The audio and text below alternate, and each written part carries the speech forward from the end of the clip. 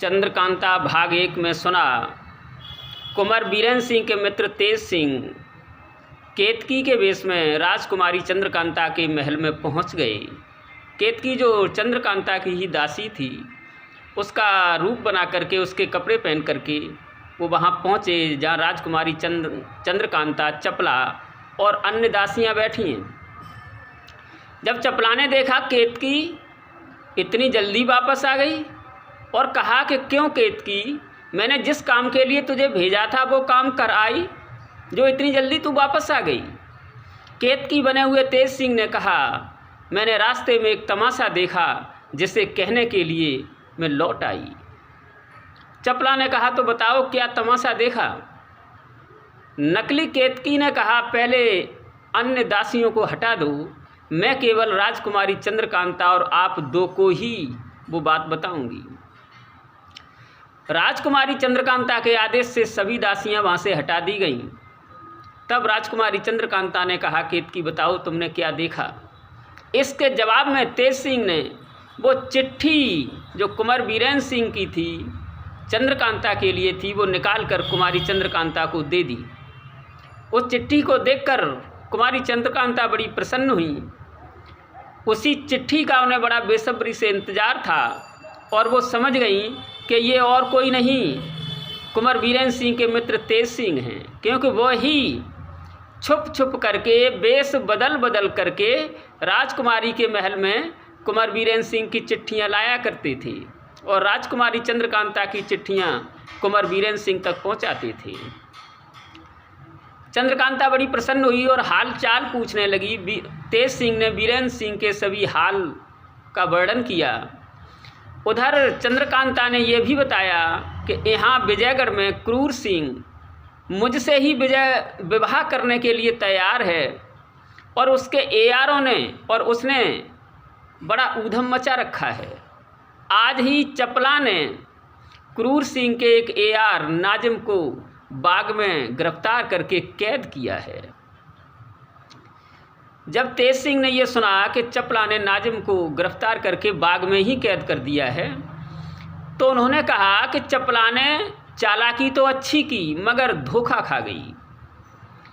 यह सुन चपला ने कहा, मैंने कौन सा धोखा खाया, आप बताएं। तेज सिंह ने कहा, जब आपने नाजिम को पकड़ा तो महल में कैद करना चाहिए था या फिर सीधा राजा जयसिंह के यहाँ पहुँचा देना चाहिए था।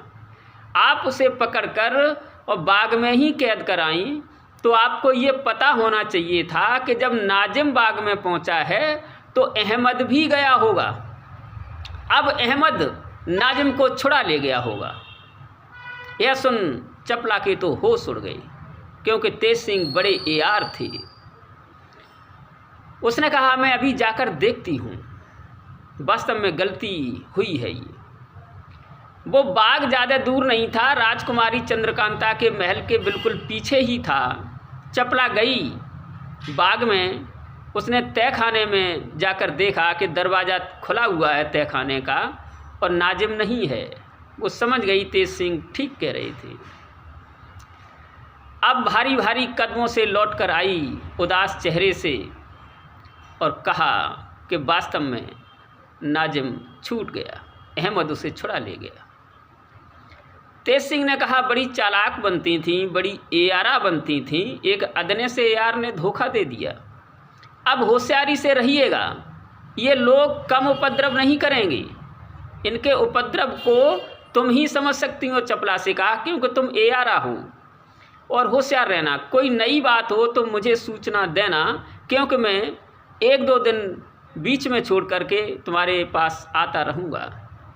चंद्रकांता ने कहा, आप यहाँ आते रहिएगा, क्योंकि आपके आने से थोड़ी हिम्मत बंधी रहती है। तेज सिंह ने कहा, ठीक है, अभी तो मुझे चलना है, क्योंकि कुंवर बीरेंद्र सिंह आपकी चिट्ठी का इंतज़ार कर रहे होंगे। अब आपकी चिट्ठी ले जाकर उनको देनी है। ज़्यादा मैं लेट हो जाऊँगा तो उन्हें घबराहट होगी, वो परेशान हो जाएंगे। और मुझे अभी इसी बेस में निकलना है, केतकी के बेस में ही मैं महल से बाहर निकल सकता हूँ। आप अपनी केतकी को उठवा लेना, वो महल के एक कोने में बेहोश पड़ी है, मैंने ही उसे बेहोश किया था, उसके कपड़े पहनकर आया हूँ। ऐसा कह राजकुमारी से चिट्ठी ले तेज सिंह केतकी के वेश में महल से बाहर निकले। देखा कि जिन सिपाहियों को उन्होंने बेहोश किया था वे कुछ ऊँघ रहे हैं, कुछ होश में आ गए हैं। ऐसा सब देख करके केतकी के वेश में तेज सिंह महल से बाहर निकल गए। उधर अहमद नाजिम को बाग में से छुड़ाकर आ रहा है, इधर से केतकी के रूप में तेज सिंह जा रहे हैं। देखिए कैसे एआर हो जाती है, एक एआर दूसरे एआर को कैसे फंसा लेता है अपनी चालाकी में। यहाँ से देखिए, तेज सिंह ने देखा कि नाजिम और अहमद आ रहे हैं। उधर नाजिम और अहमद ने भी देख लिया कि राजकुमारी चंद्रकांता की दासी केतकी आ रही है, और ये रात में जा कहाँ रही है। तेज सिंह जानबूझ करके उन दोनों के पास से निकली, और उन दोनों ने भी केतकी का पीछा किया ये जानने के लिए कि ये कहाँ जा रही है। कुछ दूर जाकर के केतकी ने पीछे मुड़कर देखा और कहा, नाजिम अहमद तुम मेरे पीछे क्यों आ रहे हो? तुम तो वो काम करो जिसके लिए तुम मुकर्रर किए गए हो। नाजिम और अहमद ने कहा, केतकी आपको क्या मालूम है हम लोग किस काम के लिए मुकर्रर किए गए? केतकी बने हुए तेज सिंह ने कहा, आप तो वही काम करिए जिससे कि चपला के हाथ की जूतियां खानी पड़ें। समझ गए नाजिम और अहमद के केतकी को सब मालूम है। उन्होंने कहा, केतकी आप ही मेरी कुछ मदद करिए। केतकी ने कहा, तुम तेज सिंह को पकड़ना चाहते हो, कुंवर बीरेन सिंह को पकड़ना चाहते हो, जबकि तेज सिंह रोज ही राजकुमारी के महल में आता है। उस महल में जब कोई दासी तुम्हारी मददगार नहीं है तो तुम कैसे उसे पकड़ लोगे? कोई किसी न किसी दासी को अपनी मददगार बनाइए तो वो बताएगी कि तेज सिंह कब महल में आया, तो आप उसे पकड़ सकते हैं। नाजिम अहमद ने कहा, केतकी हम और किसे मददगार बनाएं, आप ही मेरी मददगार बन जाएं तो अच्छा रहेगा। केतकी ने कहा, मैं बन जाऊंगी आपकी मददगार, लेकिन मुझे पुरस्कार पहले चाहिए। आप मुझे पहले पुरस्कार दे दें, मैं तेज सिंह को पकड़वा दूंगी। तेज सिंह के पकड़े जाने की खुशी में नाजिम अहमद उछल पड़े। उन्होंने कहा, बताइए कितना पुरस्कार चाहिए? केतकी बने हुए तेज सिंह ने कहा, पूरे 1000 रुपये चाहिए। उन्होंने कहा, लेकिन 1000 रुपये अभी मेरे पास नहीं है। केतकी ने कहा, तो कोई बात नहीं, तो जाइए अपने रास्ते और जूतियां खाइए चपला की। नाजिम ने कहा, केतकी नाराज न हो, ऐसा करिए आप यहीं रुको, मैं जाकर क्रूर सिंह से पैसे ले आता हूं और आपको अभी दे दूंगा। केतकी ने कहा, आप पैसे लेने जाएं और अहमद को यहीं मेरे पास छोड़ दें। नाजिम तो पैसे लेने चला गया और अहमद वहीं केतकी के पास रुक गया। केतकी ने बातचीत करना आरंभ कर दिया अहमद से, और बात करते करते देखिए कैसे उन्होंने उस अहमद के दिमाग को हिप्नोटाइज किया, सम्मोहित किया, जिससे कि वो समझ ही नहीं पाया। हालांकि वो भी एआर है, एक एआर ही एक एआर की चालाकी में फंस रहा है।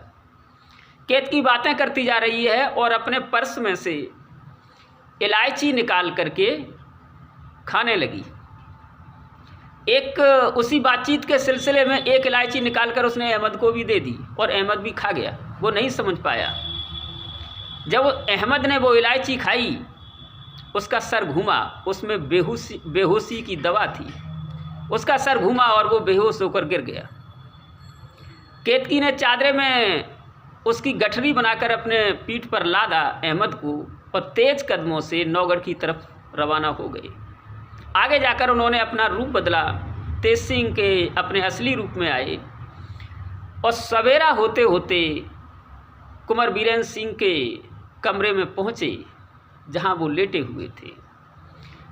बीरेन सिंह ने देखा तेज सिंह आ गए हैं, बड़े सम्मान से बिठाया। तेज सिंह ने राजकुमारी की चिट्ठी कुंवर बीरेन सिंह को दे दी और सब हालचाल बताया, और ये भी बताया कि आते समय मैं नाजिम और अहमद में से अहमद नाम के एआर को गिरफ्तार कर लाया हूँ। अब मुझे इसे एक ऐसी जगह पर कैद करके रखना है जिसका किसी को पता नहीं है। अगर ये पता विजयगढ़ के राजा जयसिंह को लग जाएगा तो फसाद बढ़ जाएगा। वो राजा शक्तिशाली है, हमारा राज्य कमज़ोर है। बीरेन सिंह ने कहा, ठीक है, आप इसको सही जगह पर कैद करें। तेज सिंह ने एक सिपाही को बुलवाकर कहा कि आप दरबार में जाइए, वहाँ देवी सिंह नाम के जो व्यक्ति हैं उन्हें बुला लाओ, उनसे कहो कि तेज सिंह अभी याद कर रहे हैं। वो सिपाही भागा, दरबार में पहुँचा और देवी सिंह से कहा आपको तेज सिंह बुला रहे हैं। देवी सिंह ने महाराज सुरेंद्र सिंह से आज्ञा ली और भागे भागे आए तेज सिंह के पास। देवी सिंह तेज सिंह के शागिर्द थे, तेज सिंह के शिष्य थे। तेज सिंह ने ही देवी सिंह को एआरी सिखाई थी और देवी सिंह भी अब एआरी में तेज सिंह से कहीं कम न थे। तेज सिंह ने कहा कि देवी सिंह, इस एआर की गठरी बांधो और पीठ पर डालो और मेरे साथ चलो। देवी सिंह ने वैसा ही किया, अहमद की गठरी बांधकर पीठ पर डाली और उनके पीछे पीछे हो गए। नौगढ़ से कोई 2 कोस दूर चलने के बाद एक बड़ा टेढ़ा मेढ़ा तिरछा सा रास्ता आया। देवी सिंह अपरिचित हैं उस रास्ते से, जबकि तेज सिंह परिचित हैं। आगे चलने के बाद बिल्कुल अंधेरा, जहाँ कुछ दिखाई नहीं दे रहा है। उस अंधेरे में टटोल टटोल कर कुछ दूर चलने के बाद फिर उजाला दिखाई दिया। तब तेज सिंह ने कहा देवी सिंह से कि ये गठरी नीचे रख दो और सामने देखो। देवी सिंह ने जब सामने देखा तो एक बड़ा सा दरवाज़ा है और उस दरवाजे के ऊपर एक शेर की तस्वीर छपी हुई है। वो शेर मुंह फाड़े हुए है। यहाँ देखना कि तिलिस्म क्या होता है। अभी तो तिलिस्म की बातें आगे आएंगी। जैसे जैसे आप इस कथा में आगे चलेंगे, रोमांच और जगह जगह पर घटनाएं आपको मिलेंगी। उन्होंने देखा कि वो शेर मुंह फाड़े हुए ऊपर दरवाजे पर छपा हुआ है। तेज सिंह ने कहा देवी सिंह, इस दरवाजे का खोलना और बंद करना मेरे सिवा कोई नहीं जानता है। आज से आप भी जानेंगे। आप इस शेर के मुंह में हाथ डालें। देवी सिंह ने उस शेर के मुंह में हाथ डाला। तेज सिंह ने कहा अब इसकी जीभ जो है बाहर खींच लो। देवी सिंह ने उस शेर की जुबान बाहर खींच ली। कोई हाथ भर जबान बाहर निकल आई उस शेर की। जैसे ही जबान बाहर निकली, दरवाज़ा एक बड़ी आवाज़ के साथ खुल गया। यह देख देवी सिंह को आश्चर्य हुआ। उन्होंने कहा गुरुजी, ये तो बड़ा कमाल का दरवाज़ा है, इसे तो कोई खोल ही नहीं सकता है। तेज सिंह ने कहा आज से आपको मालूम पड़ गया, ये केवल अब मुझे और तुम्हें 2 को ही मालूम रहेगा। उसकी गठरी उठवाई। देवी सिंह ने गठरी पीठ पर लादी और उस दरवाजे के अंदर गए। देखा विशाल तहखाना है वो। चारों ओर बहुत ऊंची ऊंची पहाड़ियां हैं जिन पर चढ़ना बिल्कुल असंभव। उसमें मेवे इत्यादि के तमाम पेड़ हैं। एक झरना भी बह रहा है स्वच्छ पानी का। तेज सिंह ने कहा अब अहमद को यहाँ छोड़ दो, इसके पैर में सुरक्षा के लिए एक बेड़ी डाल दो और ये यहाँ पर कैद होकर रहेगा। इसके खाने पीने की कोई चिंता नहीं करनी है। यहाँ मेवा इत्यादि के पेड़ हैं, पीने के लिए झरना का स्वच्छ पानी है। ऐसे करके अहमद को वहाँ गिरफ्तार करके जब बाहर निकले, जब गेट से बाहर निकले तो तेज सिंह ने कहा देवी सिंह, अब इस शेर की जुबान को इसके मुंह में डाल दो। देवी सिंह ने वो शेर की जुबान जैसे ही उसके मुंह में डाली, दरवाज़ा एक आवाज़ के साथ बंद हो गया। और ऐसा करके भी दोनों लोग नौगढ़ लौट आए। नौगढ़ में आकर के तेज सिंह ने कुंवर बीरेंद्र सिंह से कहा कि देवी सिंह को 1 महीने की छुट्टी दिलवा दीजिए अपने पिताजी से कह करके, क्योंकि इन्हें कुछ बड़े काम करने हैं। अब देखना आगे कि देवी सिंह छुप करके कौन सा काम करते हैं। कुंवर बीरेंद्र सिंह ने कह करके अपने पिता से देवी सिंह को 1 महीने की छुट्टी दिलवा दी और तेज सिंह ने देवी सिंह से कुछ कहा। क्या कहा ये आगे वीडियोज में आपको मालूम पड़ता चलेगा। और देवी सिंह तेज सिंह की बात सुन करके वहाँ से चले गए। कहाँ गए, क्या करेंगे, ये आगे आगे आता जाएगा, आप आगे समझते चलेंगे। उधर केतकी को और अहमद को वहाँ छोड़ करके नाजिम भागा हुआ क्रूर सिंह के पास पहुँचा और क्रूर सिंह से कहा कि देखिए केतकी जो राजकुमारी चंद्रकांता की दासी है वो लालच में आ गई है, वो तेज सिंह को पकड़वा देगी, आप उसे 1000 रुपये दे दीजिए। क्रूर सिंह बड़ा खुश हुआ और उसने 1000 रुपये लिए और नाजिम से कहा चलो मैं भी तुम्हारे साथ चलता हूँ। वे दोनों चलने लगे और उस जगह पर आए जहाँ नाजिम ने अहमद और केतकी को छोड़ा था, लेकिन देखा न तो अब नाजिम है न केतकी है। अहमद AR था, समझ गया। अचानक उसके मुंह से निकल गया कि धोखा हुआ। क्रूर सिंह ने कहा कैसा धोखा हुआ? नाजिम ने कहा वो कोई AR था और अपने अहमद को भी ले गया।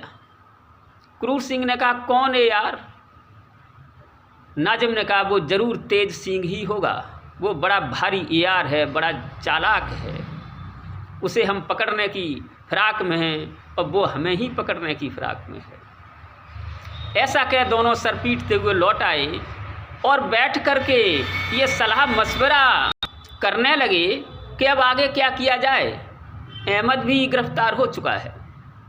नाजिम ने क्रूर सिंह को सलाह दी कि आप अपने पिता कुपत सिंह जो मंत्री हैं उन्हें मार डालो। वो मरने के बाद राजा जयसिंह आपको मंत्री बना लेंगे। जब आप मंत्री बन जाएंगे तो आप बीरेंद्र सिंह और तेज सिंह के खिलाफ राजा को भड़का दीजिए, फिर तो वो मंत्री होने के नाते आपकी बात मानेंगे। आप उनको भड़काइए इन दोनों के खिलाफ, जिससे कि राजा जयसिंह क्रोध में आकर के नौगढ़ पर आक्रमण करें और उसे नेस्तनाबूद कर दें और आपका काम सहज बन जाएगा। उसके बाद फिर आप पुनः राजा जयसिंह को मार देना, हम लोग आपको राजा बना देंगे। उसके बाद आप चंद्रकांता से विवाह कर लेना और आराम से रहना। ये बात क्रूर सिंह की समझ में आ गई। उसने एक दिन मौका पा करके अपने पिता के भोजन में जहर मिला दिया, जिसे खा करके उसके पिता कुपत सिंह मर गए। जब राजा जयसिंह को अपने मंत्री कुपत सिंह के मरने की सूचना मिली तो बड़ा दुख हुआ और 3 दिन का शोक उन्होंने घोषित कर दिया राज्य में। उधर तेज सिंह भी राजकुमारी चंद्रकांता से मिलने की फिराक में विजयगढ़ आए हुए हैं, बदले हुए वेश में हैं। जब उन्होंने ये सुना कि राजा के मंत्री कुपत सिंह की मृत्यु जहर के कारण हो गई है, किसी ने जहर दे दिया है और अब सूतक निकल जाने के बाद क्रूर सिंह जो उनका बेटा है वो ही मंत्री बनेगा, ये बात सुन करके उन्होंने फिर चंद्रकांता से मिलने का प्रयास नहीं किया। वापस नौगढ़ लौट आए और राजकुमार बीरेंद्र सिंह को ये घटना बताई और ये भी बताया कि कुपत सिंह को निश्चित ही क्रूर सिंह ने मारा होगा। अब वो 13 दिन बीत जाने के बाद मंत्री बन जाएगा और हमारे आपके खिलाफ राजा को भड़काएगा। मंत्री होने के नाते राजा उसकी बात मानेगा।